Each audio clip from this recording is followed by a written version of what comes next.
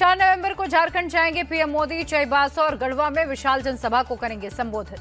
गृह मंत्री अमित शाह ने झारखंड चुनाव के लिए बीजेपी का संकल्प पत्र जारी किया। कहा, बीजेपी अपने वादे को पूरा करती है। बीजेपी ने महिलाओं को हर महीने 2100 रुपए देने का किया वादा। दिवाली और रक्षाबंधन पर एक गैस सिलेंडर मुफ्त देने का भी ऐलान। 3 लाख सरकारी पदों पर भर्ती करने का भी वादा। शाह बोले, हर साल 1 लाख युवाओं को स्वरोजगार देंगे।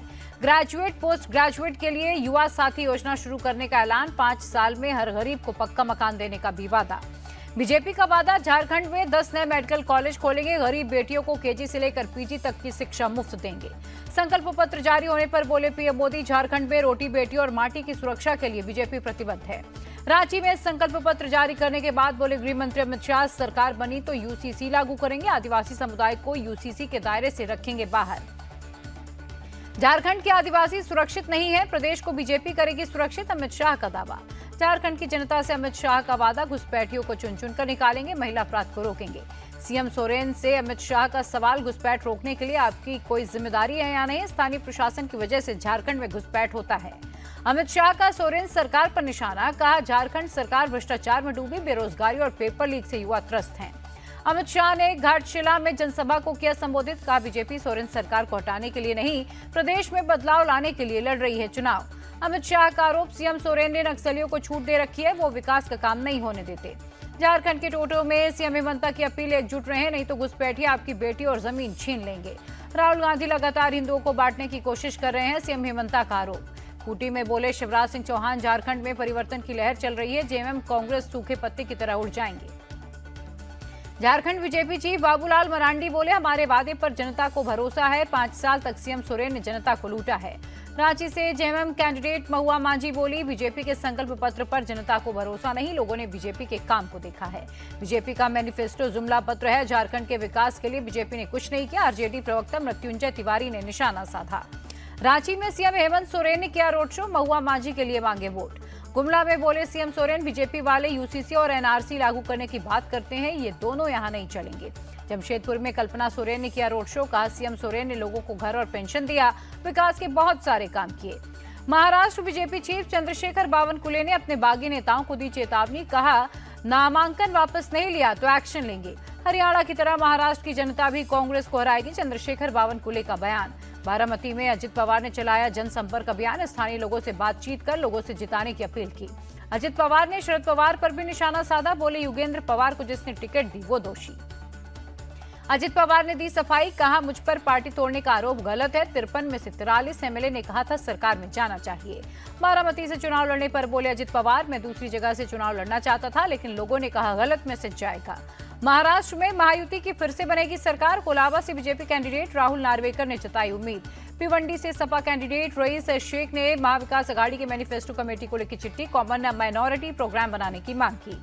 रईस शेख की एमवीएस से मांग, मैनिफेस्टो में मुस्लिम आरक्षण देने और लव जिहाद की जांच कराने वाली कमेटी को रद्द करने के लिए वादे किए जाएं।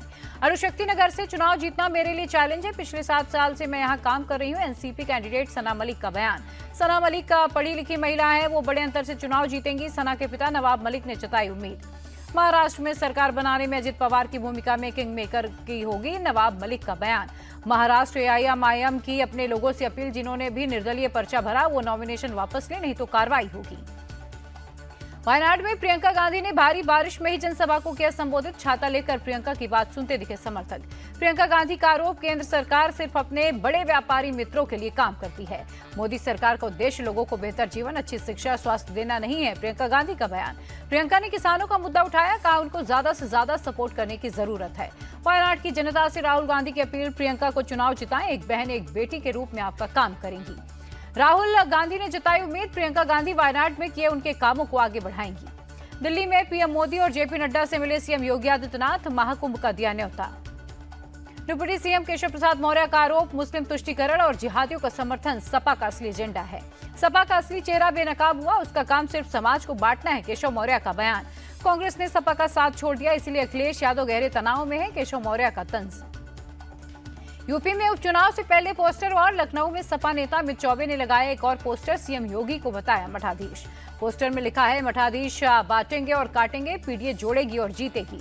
सपा के नए पोस्टर पर बीजेपी प्रवक्ता राकेश त्रिपाठी का पलटवार। कहा, सपा का एमवाई और पीडीए वाला समीकरण फेल है, नारे और होर्डिंग से नया नहीं होगी पार। कानपुर में बोले सपा नेता शिवपाल यादव, सभी 9 सीटों पर उपचुनाव में इंडिया अलायंस जीतेगा। फैजाबाद से सांसद अवधेश प्रसाद का बयान, बटोगे तो कटोगे स्लोगन समाज को बांटने के लिए बीजेपी का यही काम है। बटेंगे तो कटेंगे स्लोगन पर बोले आरजेडी नेता तेजस्वी यादव, ये सुनने में ही नफरत भरा लगता है। बीजेपी वाले कभी जनहित की बात नहीं करते। तेजस्वी ने नीतीश सरकार पर निशाना साधा, कहा बिहार की जनता स्मार्ट मीटर और लैंड सर्वे से परेशान है। गया में बोले तेजस्वी, पीएम मोदी और सीएम नीतीश को अपने शासन पर घमंड हो गया, ये लोग महंगाई बेरोजगारी पर कुछ नहीं कहते। बिहार में कानून व्यवस्था फेल है, यहाँ कोई भी सुरक्षित नहीं। आरजेडी सांसद मीसा भारती का बयान। सच शर्मा होंगे जम्मू कश्मीर बीजेपी के नए अध्यक्ष, रविंद्र रैना को राष्ट्रीय कार्यकारिणी का सदस्य बनाया गया। जम्मू कश्मीर विधानसभा में नेता प्रतिपक्ष होंगे सुनील शर्मा, प्रहलाद जोशी ने दी जानकारी। तमिलगांव वेत्री कजगम की चेन्नई में हुई बैठक, वन नेशन वन इलेक्शन के खिलाफ प्रस्ताव हुआ पास। तमिलगांव वेत्री कजगम की केंद्र से मांग, तमिलनाडु को नीट एग्जाम से बाहर करें, वक्फ संशोधन बिल वापस लिए जाएं। पंचकुला नगर निगम की निर्दलीय पार्षद श्रीमती ओमवती पुनिया और जेजेपी के पार्षद सुशील गर्ग बीजेपी में शामिल, सीएम सैनी ने दिलाई सदस्यता। दिल्ली की जनता से अरविंद केजरीवाल की अपील, विकास कार्यों को जारी रखने और बीजेपी को हराने के लिए जनता के समर्थन की जरूरत है। केंद्रीय मंत्री ज्योतिरादित्य सिंधिया ने उपराष्ट्रपति जगदीप धनखड़ से की मुलाकात, कई मुद्दों पर चर्चा। महाराष्ट्र कांग्रेस चीफ नाना पटोले ने पीएम को लिखी चिट्ठी, कपास के आयात को बैन करने और एमएसपी पर खरीद की मांग की। दिल्ली में 5 से 6 नवंबर तक चलेगा एशियाई बौद्ध शिखर सम्मेलन, केंद्रीय संस्कृति मंत्रालय ने दी जानकारी। वक्फ बोर्ड के नाम पर राहुल गांधी देश में सिविल वॉर छेड़ना चाहते हैं, केंद्रीय मंत्री गिरिराज सिंह का आरोप। वक्फ संशोधन बिल को लेकर कल होगी जेपीसी की बैठक, जमात-ए-इस्लामी हिंद के लोग होंगे शामिल। कोझिकोड रेलवे स्टेशन पर रेल मंत्री अश्विनी वैष्णव ने विकास कार्यों का जायजा लिया। केरल पुलिस ने केंद्रीय मंत्री गोपी सुरेश पर केस किया दर्ज, एम्बुलेंस और ट्रैवल करने पर हुआ एक्शन। गुजरात के कच्छ में भूकंप के झटके, रिक्टर स्केल पर भूकंप की तीव्रता 3.4 मापी गई। वाराणसी में छठ पूजा की तैयारी तेज, वरुणा नदी पर घाटों की जा रही है सफाई। दिल्ली के आनंद विहार रेलवे स्टेशन पर बड़ी भीड़, एंट्री के लिए लंबी लंबी लाइनों में खड़े दिखे लोग। सूरत के उधना रेलवे स्टेशन पर भी भारी भीड़, कई यात्री हुए बेहोश, कई लोगों की जेब कट गई। विधि विधान से पूजा के बाद केदारनाथ धाम के कपाट हुए बंद, भक्तों ने लगाए जय बाबा केदार के नारे।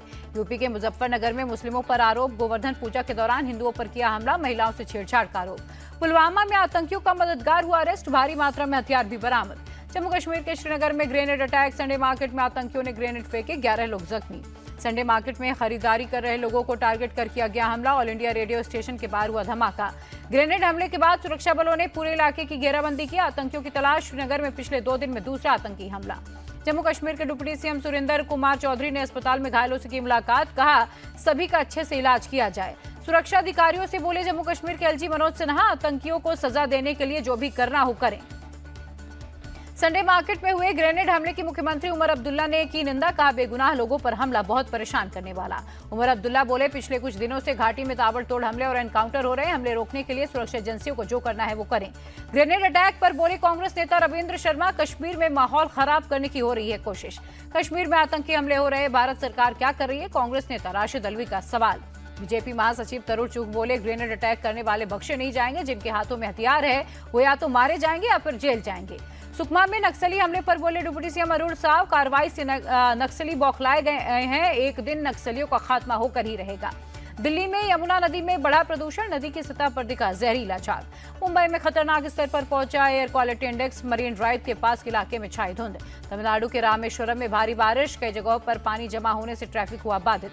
न्यूजीलैंड के खिलाफ तीसरे और आखिरी टेस्ट मैच में भारत की करारी हार, न्यूजीलैंड ने 25 रनों से दी है शिकस्त।